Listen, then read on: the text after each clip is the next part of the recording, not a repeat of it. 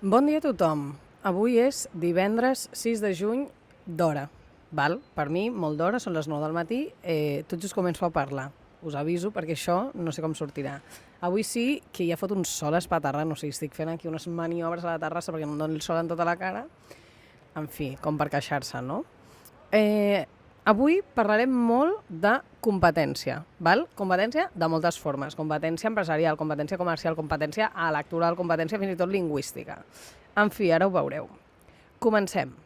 Val, la notícia de competència per excel·lència d'aquesta setmana és, sens dubte, la multa que la Unió Europea ha imposat a Glovo, ja sabeu, l'empresa de repartiment de menjar i, en teoria, altres coses.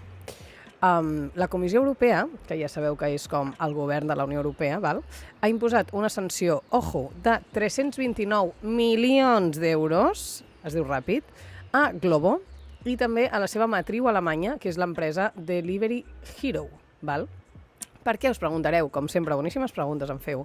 Per formar un càrtel en el sector de les entregues a domicili. Val? Què és un càrtel, a part d'un càrtel de la droga que us deu sonar? Doncs és una pràctica que es coneix com a anticompetitiva perquè va en contra de la competència, val? I doncs això implica un acord entre empreses que haurien de ser competència en teoria, però el que fan és repartir-se el mercat, no? O sigui, val, tu i jo som les dues úniques empreses del que sigui, i en lloc de compartir el que farem és pactar i direm, vale, aquest sector per ti, aquest sector per mi, i així doncs maximitzes, s'entén, els beneficis. Val? Tot això ve de fa temps. Val? Hi ha una investigació, es va obrir el mes de juliol del 2024, va implicar, per exemple, ja el registre en el seu dia de la seu de Glovo a Barcelona, i han conclòs això, que les empreses van compartir informació sensible, que van acordar no robar-se treballadors i que van repartir, per exemple, mercats geogràfics. Tot això va passar abans que es fusionessin definitivament l'any 2022. Val? Totes aquestes pràctiques són il·legals, pel que us deia, perquè van en contra de la competència mercantil, comercial. Val? Aquestes accions que ara l'imputen van del juliol del 18 al juliol del 2022. Després que l'any 2018, o sigui, els primers contactes entre les empreses van començar quan aquesta multinacional alemanya Delivery Hero va comprar una participació petita a l'empresa Glovo. Val? Això específicament, aquesta compra, no és un problema. Val? De fet, la comissió ja ha dit que posseir unes accions del teu competidor no és per se il·legal.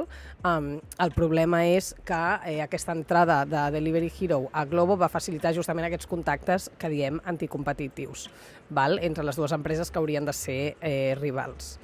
El 2022, insisteixo, després de tot això es van acabar fusionant.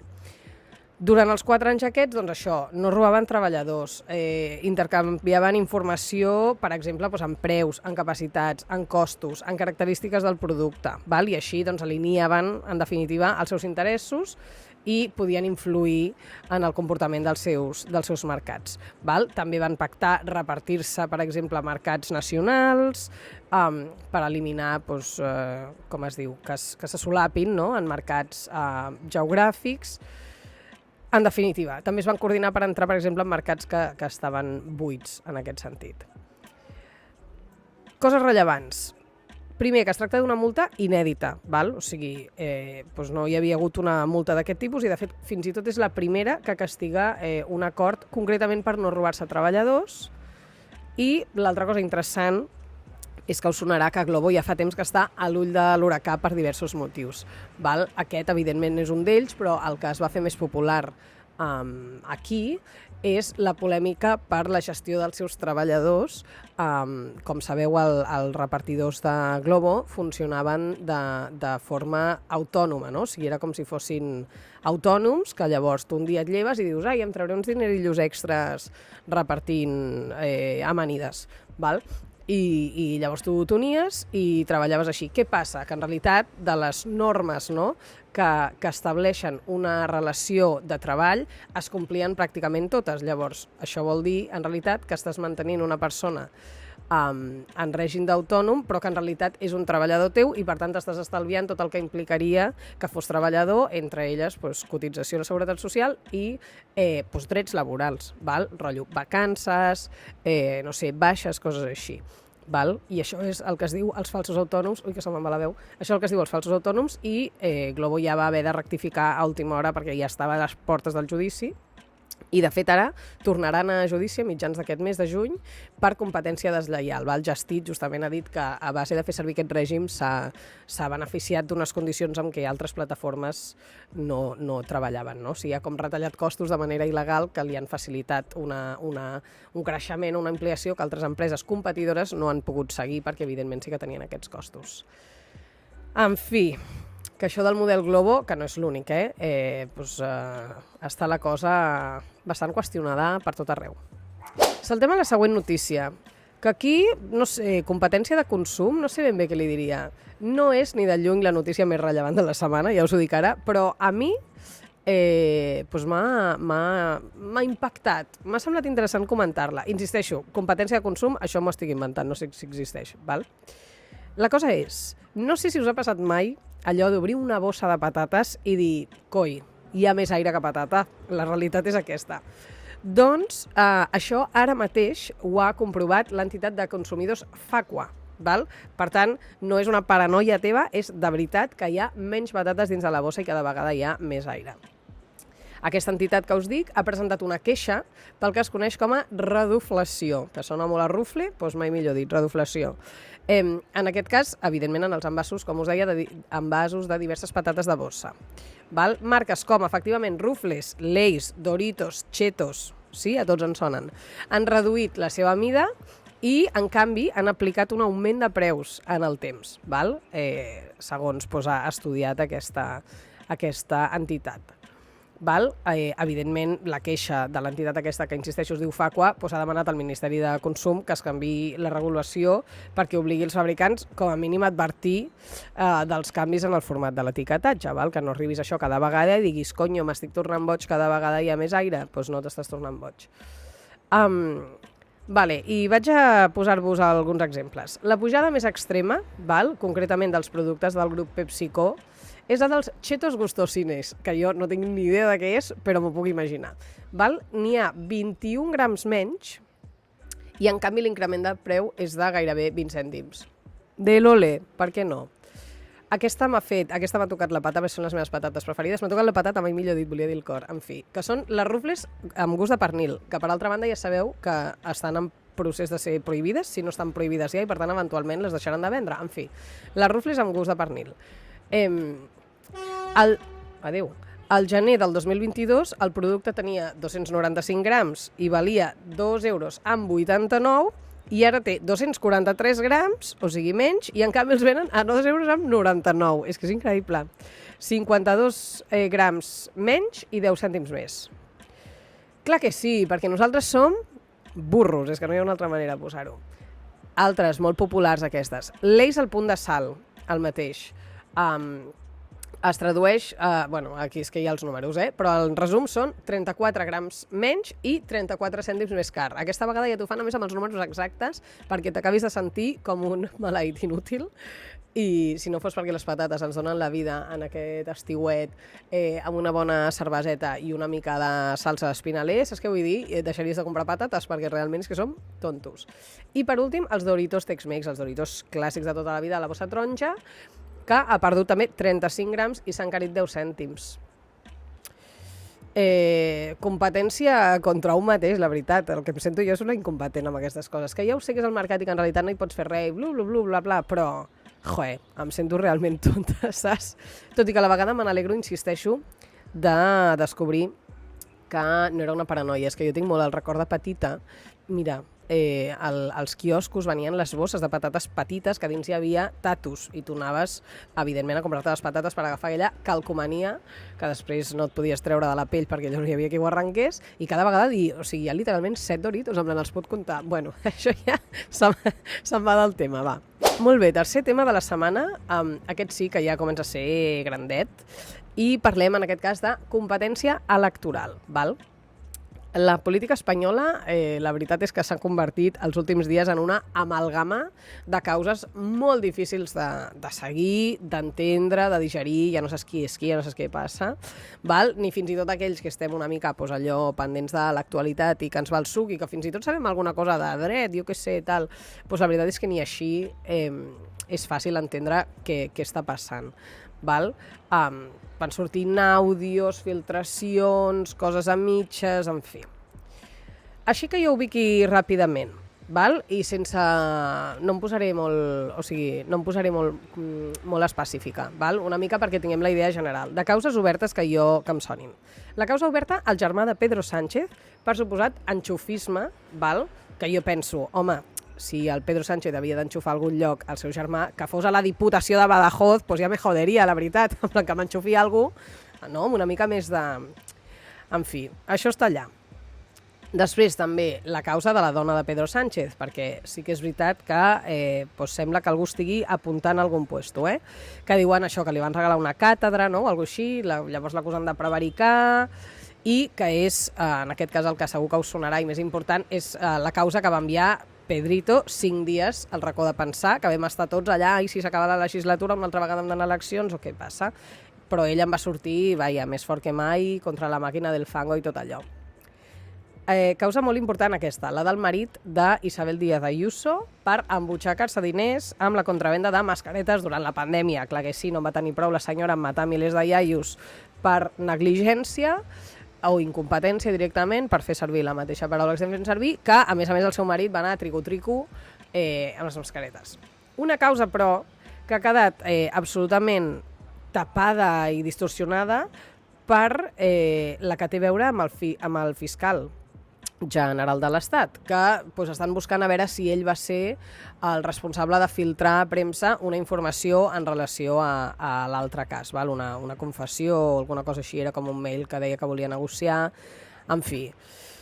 Realment aquest cas concretament està molt enfangat i és un cas que a nivell com de discurs públic és molt heavy com han aconseguit girar la truita, no? I es parla poc, tinc la sensació, del marit d'Ayuso i del fet, insisteixo, d'haver tret profit d'una situació que ja de per se va ser gravíssima a tot arreu, però especialment a Madrid, i ho hagin convertit en aquesta cosa contra el fiscal general de l'Estat, que no vol dir que no sigui rellevant, però han aconseguit que una cosa tapi l'altra. En fi.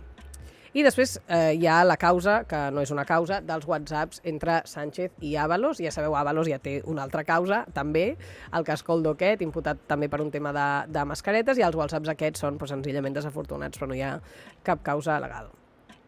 En fi, ja hem comentat en reiterades ocasions que el PP farà qualsevol cosa per carregar-se Pedro Sánchez i ho està fent a base de judicialitzar la política a muerte i llavors mirar de vincular-lo, sigui com sigui, a la paraula corrupció, és el seu mantra, que Pedro Sánchez és un corrupte i llavors s'agafen a qualsevol cosa per dir això. Val? Però la notícia no és aquesta, la notícia és que entre tot això ara surt una senyora que es diu Leire Díez, val? És una militant molt activa del PSOE, que ha estat entrant i sortint de la política, val? I que ara resulta que se l'ha situat en un seguit de reunions amb empresaris, advocats, policies, per trobar draps bruts de la UCO. Val? La UCO és la Unitat Central Operativa de la Guàrdia Civil, que s'encarrega precisament dels informes sobre causes sensibles vinculades presumptament a Pedro Sánchez. Val? Hi ha una cosa immensa aquí darrere, val? Que és que ella assegura que en realitat el que està fent és una investigació d'una altra causa sobre els hidrocarburs, a la vegada també hi ha barrejats unes persones que diuen que van ser víctimes de les clavegueres de l'estat del PP i que llavors busquen una mica de venjança, no? Com intentar provar que van ser víctimes d'allò, en fi. La veritat és que la cosa no està molt clara encara, perquè tot això està passant ara, inclòs un culebron brutal en què aquesta senyora estava fent una roda de premsa i llavors un tio que va estar a la presó per la causa d'hidrocarburs que diu aquesta senyora que està investigant s'aixeca al mig de la roda de premsa, insisteixo, quan tothom es pensava, crec que estava a la presó, i diu, esta senyora dice tonterías, vull dir, una cosa ja d'escàndal directament.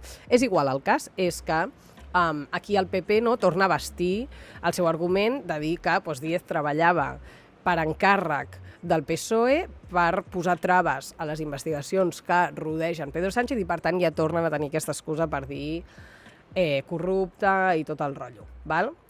La qüestió de fons, honestament, insisteixo, sense ànim d'entendre massa més què està passant, perquè si és veritat malament, si no és veritat malament, és que vull dir, tampoc no d'allò, és que aquí cony, honestament, li pot sorprendre que la gent estigui fins als mismíssims de la política si tot el dia estem així. O sigui, és que no hi ha una altra manera de dir-ho. O sigui, aquí li pot sorprendre que l'extrema dreta guanyi adeptes quan el que veiem de la classe política, no? És aquest fang, en paraules de Pedro Sánchez, amunt i avall, no? Clar, mentre l'extrema dreta et va prometent una renovació integral. He de dir que jo no sóc gens partidària del terme classe política, encara que no ho sembli perquè l'acabi de dir.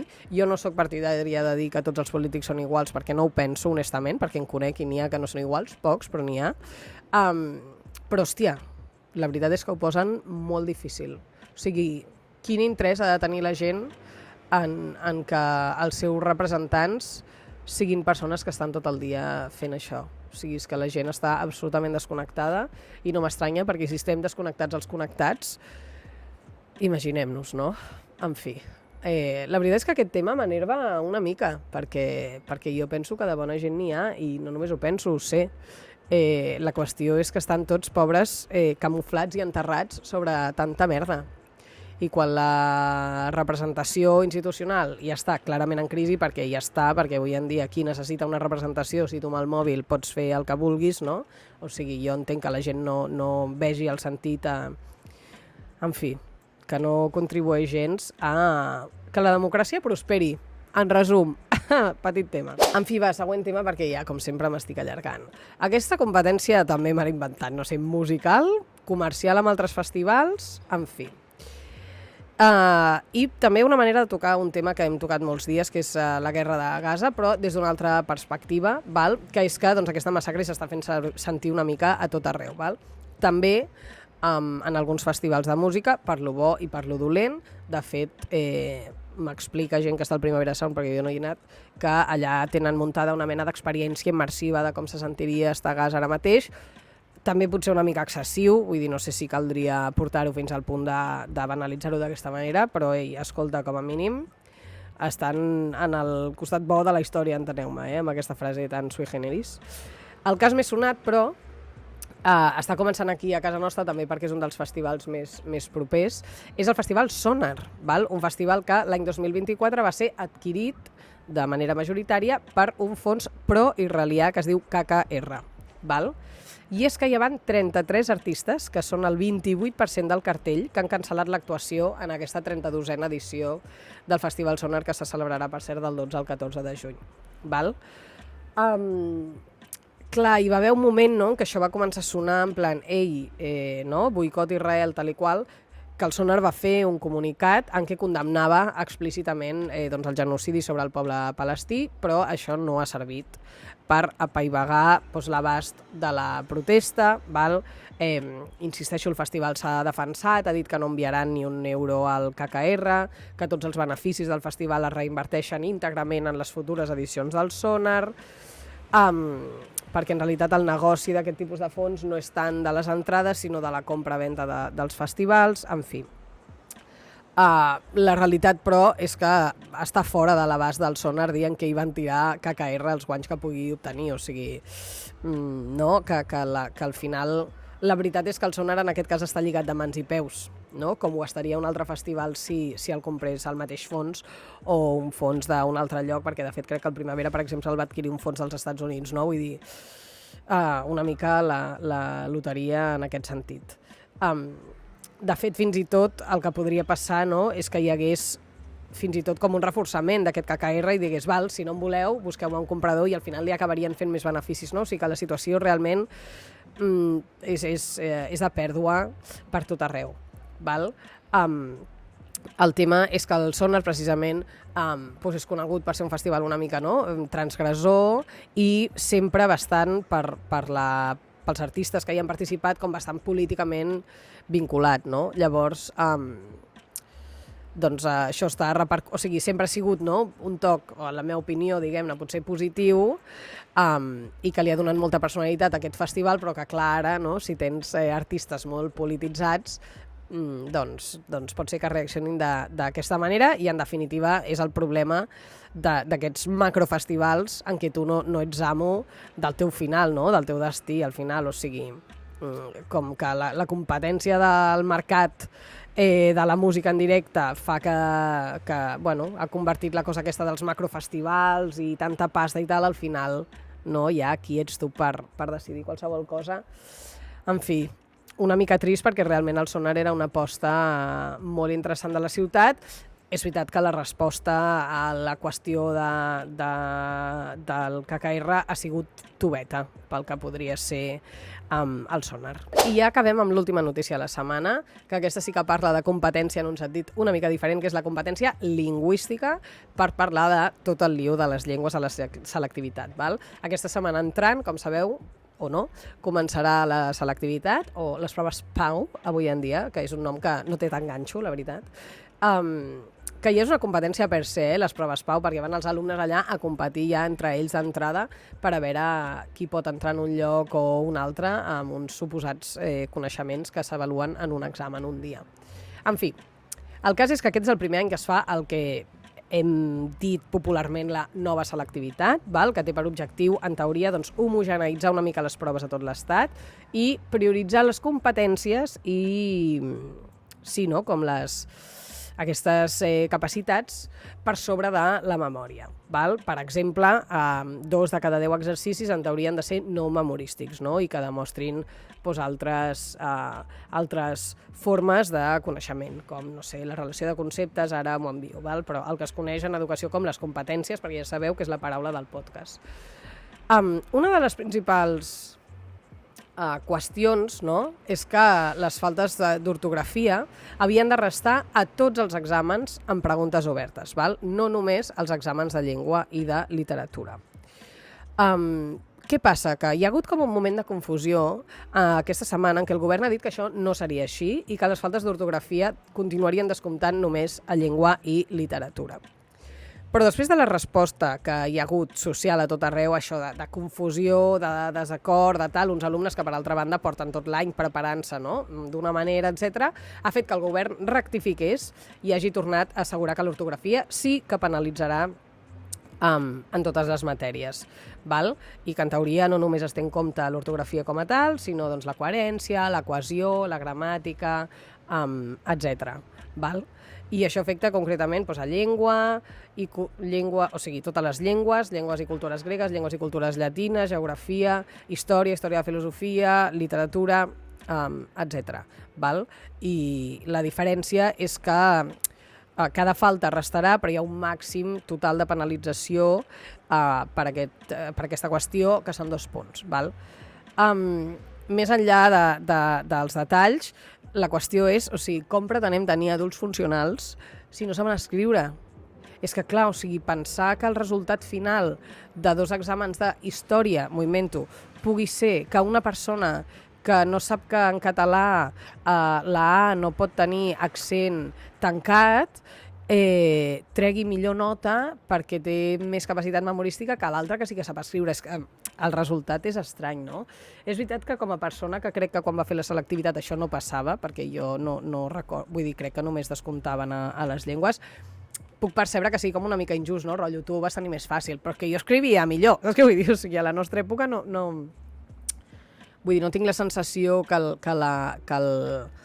una mica, no?, la idea general de com està la situació de l'educació en general fos tan crítica, i sobretot la situació de la llengua, que crec que és aquí la qüestió final, no? O sigui, quin tipus de mestres, quin tipus de periodistes, quin tipus d'advocats, quin tipus de polítics pretenem tenir, no sé, o metges, és que és igual, vull dir, moltes altres que ara no se m'acuden, si no saben escriure bé.